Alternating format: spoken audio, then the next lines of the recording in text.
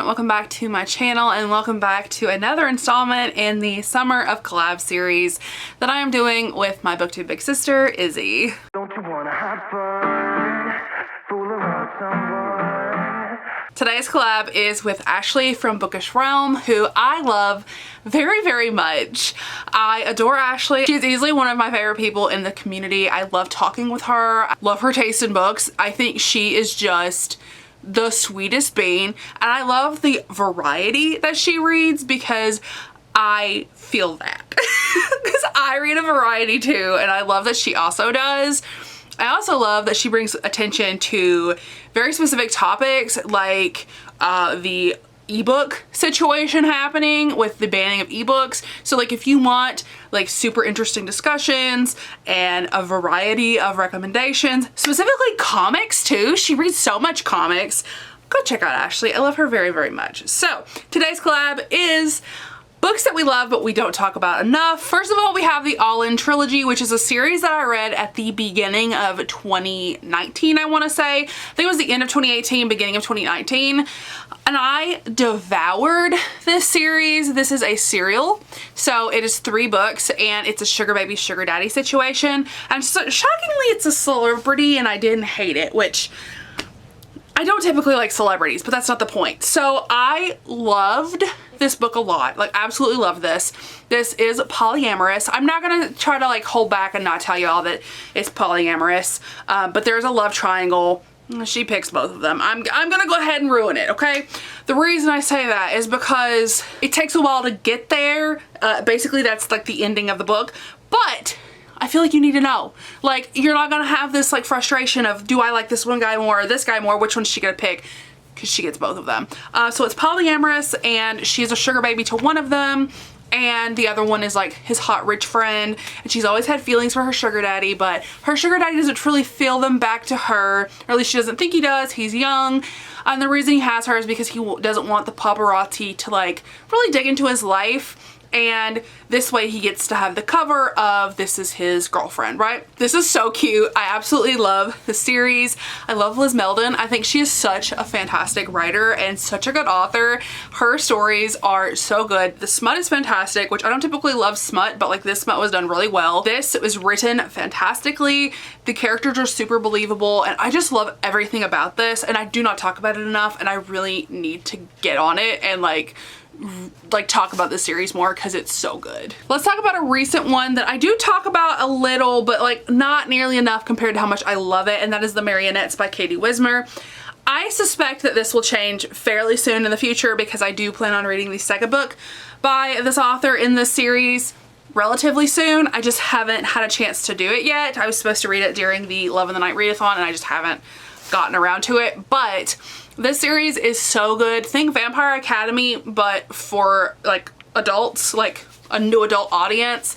We have like a college-age girl who's at an academy, and she is a witch training to be a part of this elite group called the Marionettes, and like some weird shit is happening to her. It is fantastic. This story is so good. Like Katie Wismer, you can just tell she's a fantastic writer and a fantastic storyteller. I just adore her books. I cannot stop talking about how much I love them, and she is diving into just writing romance at this point, which I'm so happy about because as a romance reader, I love being able to support other creators. Specifically, she's a booktuber and I just love her so much. So yeah, I do suspect this one I will talk about more in the near future, but in the last like couple months since I read the first book, I really have not talked about this series that much, and I just feel like you all need to know about it. Like, you need to go check out The Marionettes. It is so good. Along the same lines is a series that I recently finished, and I feel like I talked a good amount about. It was in a couple recommendation videos, but I really haven't talked about it a lot since I finished it, and that is the Born Darkly duet. So the Born Madly whatever, so Born Darkly and Born Madly. And this is the one by Trisha Wolfe. This is a serial killer who is in love with a psychiatrist. or a psychologist, something like that. She is his therapist essentially, and he is a criminal, and it is literally the Saw franchise in a book with a romance, because our hero does have a lot of the tendencies that John Kramer has in the Saw series. He is putting people into ridiculous traps that they have to earn their freedom and earn their life and take control of things in their own hands by escaping the traps. So it's very Saw-esque with that sense. Like I said, this is one I don't talk about nearly enough, but it is something that is so on brand for me because it combines my two favorite things, which is horror and romance. And horror romance is one of my favorite genres, and honestly I'm shocked I haven't done a horror romance recommendation video yet, but it is definitely up there of a series that I feel like I should talk about more, and I just don't because it's so popular. So I feel like so many people already know about it. But I do really love this series and I want to talk about it more. I feel like I want, like, this is one that's like, I feel like I want to reread this, and I don't do that. Like, I don't reread books, but for some reason, something in me is like, I kind of just want to go back. I just want to know, I want to see if it's as good as I remember. So I want to talk about Thirsty. This one is by Mia Hopkins. This one was so good. I read this per Izzy's recommendation. This is such a good book. Like, I adore this one so much. We literally have a former I want to say he's a former convict because he was in jail, but we have a man who is kind of going couch to couch because he's trying to save up so he can like have a better life because he's just gotten out of prison, and he was in this type of gang and he's trying to get out of the gang, but we're seeing like his struggles of trying to stay out of trouble and the issues with, you know, once he is out of prison and he's wanting to not be involved in this life. It's also a single mother, so single parent romance, because he ends up having a romance with a woman who has a kid and she's trying to better herself. He ends up having to like show her that he is a good person and that he's not going to get in trouble because she doesn't want her kid around that. And it is so good. They are so sweet. I loved the relationship with the kid. I felt like it was really well done and it wasn't just on there to like be there. I felt like the story just worked really well, and I very specifically remember some of the sex scenes in this one. So if I specifically remember some of these and I don't love smut, y'all know this one's good. You know this one has some good steam in it, because it does. It has some very explicit steam, but also just like really well done. I also want to talk about Hotshot Doc, which is a book that I feel like I've talked about it. You all know that I love it, but I've not talked about it enough. Like, I've not talked about it to the extent of, I feel like you think of my favorite books and you're gonna think of this one. I love this book. I love Hotshot Doc. This is a medical romance and it is a grumpy sunshine because our hero is so grumpy and our heroine is sunshine on crack, except she doesn't want to work with this dude because he is the one that no one wants to work with. Dallas, do you mind to like not be right there? Our hero's the one that no one wants to work with, and she's being forced essentially to work with him because she doesn't have an option. She has to provide for herself and her younger sister, who she has taken in because their parents have passed away. To be honest, let's just be real here. The reason I love this book so much is because of the sister dynamic.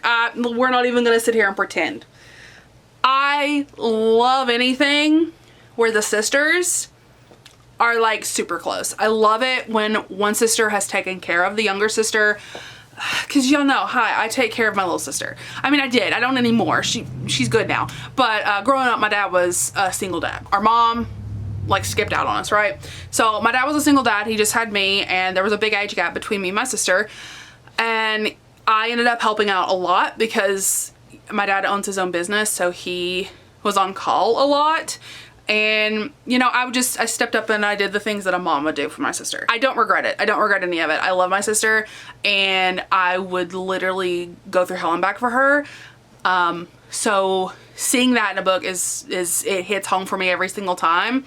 I get emotional and I just think about how much I love my sister because, like I said, there is nothing in this world I would trade my sister for. Nothing. I love her more than I love anything else in this world.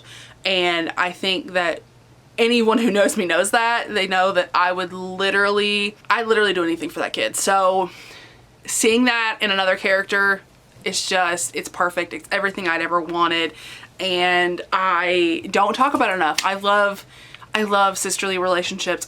I love them. I love it so much. It's a very personal thing, so yeah. I just love seeing it. I love it. Those are all of the books that I want to talk about that I don't talk about enough, but I love them. Make sure you go check out Izzy and Ashley's videos down below. And if you're still here, leave me some kind of music emoji down in the comments, and I'll see y'all in my next one. Bye, everyone.